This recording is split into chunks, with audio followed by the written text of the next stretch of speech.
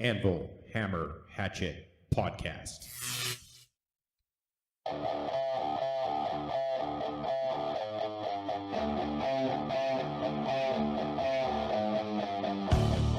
Welcome to Anvil Hammer Hatchet, where we answer all of life's questions in about an hour and a half. I'm Chris, and with me today is Travis Howe and Brian Rucker from the band Vultures at Arm's Reach. This is going to be an hour and a half. I have to shit. Oh, so we're already starting. Oh, don't worry. That's great.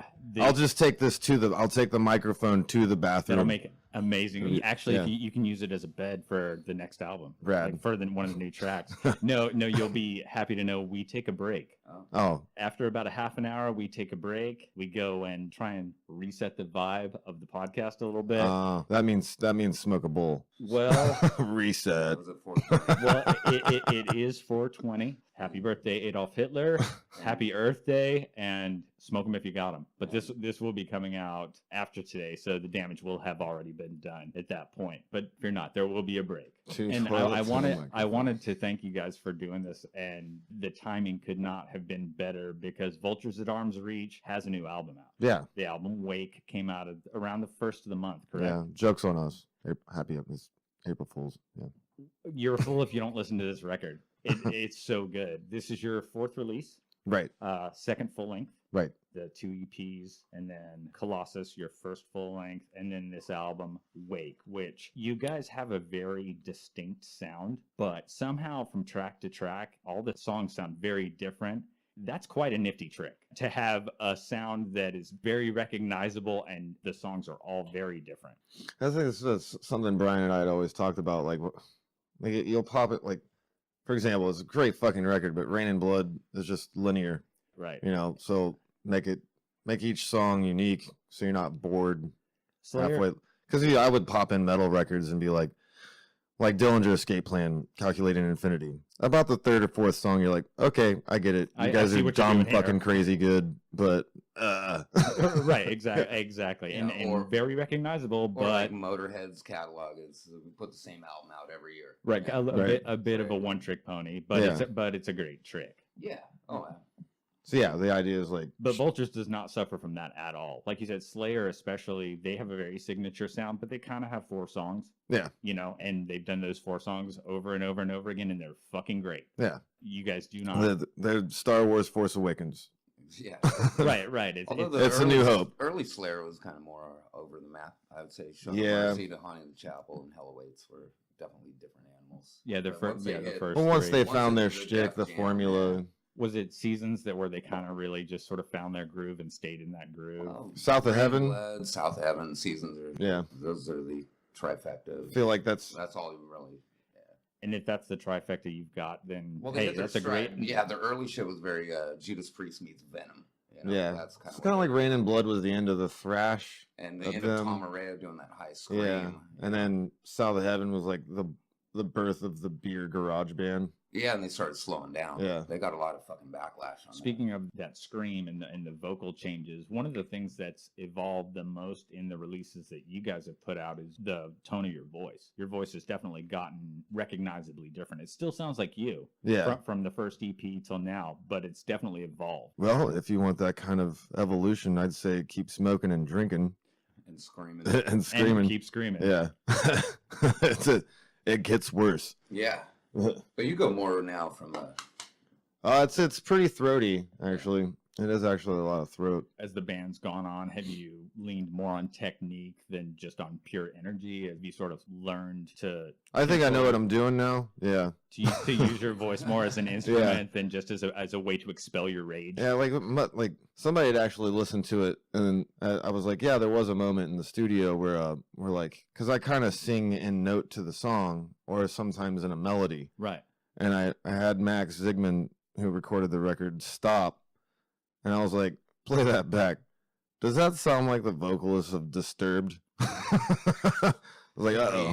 I was like, bury that. Bury the fuck out of that. I did not notice a single monkey grunt in this record. So. Oh, well, I'm not talking that, but like the way he sings, like sings and like a melodic Right, sense. but like them, whether you like them or not, he's a skilled vocalist. Right, He yeah. can use I mean- his voice as an instrument, and Right. he has talent. But it's really all about those lip piercings. I mean, that's what's Right, especially the big long spiky one. yeah. It's Yeah, and the that's what's up. eyeliner. Make You sure that can't. microphone's grounded for him. You can't go the wrong.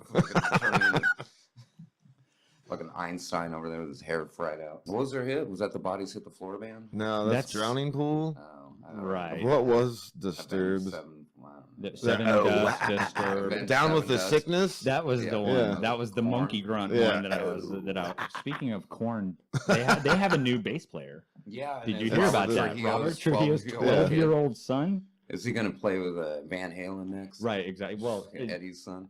it does seem to be a bass player thing. Speaking of Because nobody cares. Speaking of the third member of your band, Vultures at Arm's Reach is a trio. Right. You would never know it from listening to you Yeah. because the sound is incredibly full. I mean, it could easily be a 5-piece when you're listening to it. The sound's incredibly big, but you are 3-piece. Yes. Nate is your bass player. Yes. And then the bass player before that was Nate. Was also Nate. That was going to Yeah. be my question. Yeah. Is it a prerequisite, or did you guys just Well, not no, feel like having to I was- learn another name? Like I'd previously found out that so the bass player of High on Fire is Jeff Matz, and previously it was Jeff Wilson. So I was like, that must be a bass player thing. Right. So yeah. So we got a Nate. Where apparently we're just Yeah, going to there's stick with Nate, Matt. It just works. I don't know. Yeah, until you have a I guess kid. if Korn can find another Fieldy, then Well, Well, they found a Trujillo, so well, I guess if they're going to either stick of with us have a that. kid, we're going to have to name it Nate so he can play bass for us.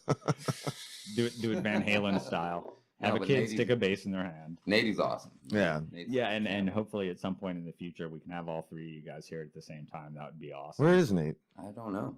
I don't know. We probably didn't tell him. Nate I he's don't know. here. He's here in spirit. Nate's actually a very schooled guy, isn't he? He's the smartest of the bunch, Yes, he's Yeah, actually yeah. He's a scholar. and by- by he's the school. nicest of the bunch, and he's the most sober of the bunch. Well, that ain't hard to do. I guess. I'm pretty down there on the.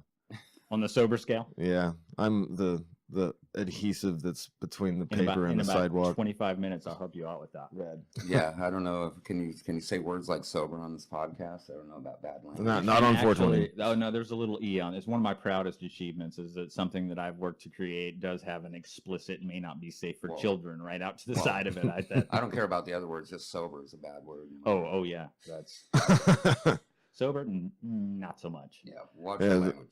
So you lost the original Nate. You also lost something else that you guys had for a minute. You guys had a keyboard player for a while. Yeah. Oh, Gabe. Yes. Right, Gabe. And Dude, Gabe, crazy. was it an artistic decision to not have keyboards? I think it was I think he needed to take a break from like whatever he was, because like he showed up to practice one day with like shorts and sandals and like Mardi Gras beads, and he's like, "Let me go out to my trunk and get my trumpet." I was like, I don't think he really has his finger on the pulse of what we're doing. Then that whole sesh, It's nothing like, wrong he with was what playing, you're like- going for, but he was just- playing the accordion setting. This was better than the Mario Kart setting that he did.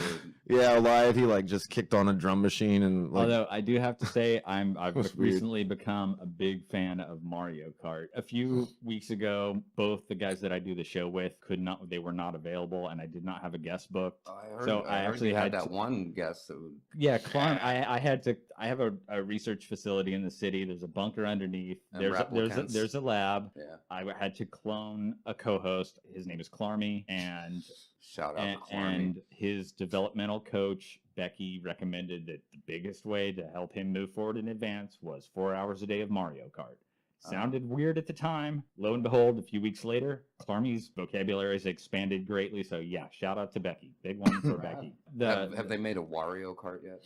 I don't want. I think it might freak him out. He's Be still like a pretty figure young. eight He's track very. demolition derby He's shit. If- still. if He's they still a do- little skittish. If they do that game all in like Mad Max Fury Road style, Ooh. that'd be much better. So when Gabe came. Flamethrowers on the carts. Yeah. When Gabe came into practice and was playing the Mario Kart and accordion settings on the keyboard, and you kind of realized that you were maybe Well, when you heading bring in the keyboard different, instead different of the rusty directions. trombone. You know? Yeah. Well, at some point, you must have realized that you could kind of field those duties on your own, because a lot of the ambient sounds and effects that you guys use in your music, you handle the heavy lifting on that. Well, now. we had discussed like bringing in a second guitar player to make it like full, and like I can do more layered stuff on guitar. Which you do in recording, definitely. And you do live. You do pull that off live. Well, it's the tuning that helps, which is, yeah, that's the dumb part, is I can do like a low and still I have, the way the guitar is tuned makes me be able to sound like a couple of guitars. We actually go pretty geek on music and gear, so don't feel like you're going a little too inside baseball with that. What is your tuning? Well, when I played guitar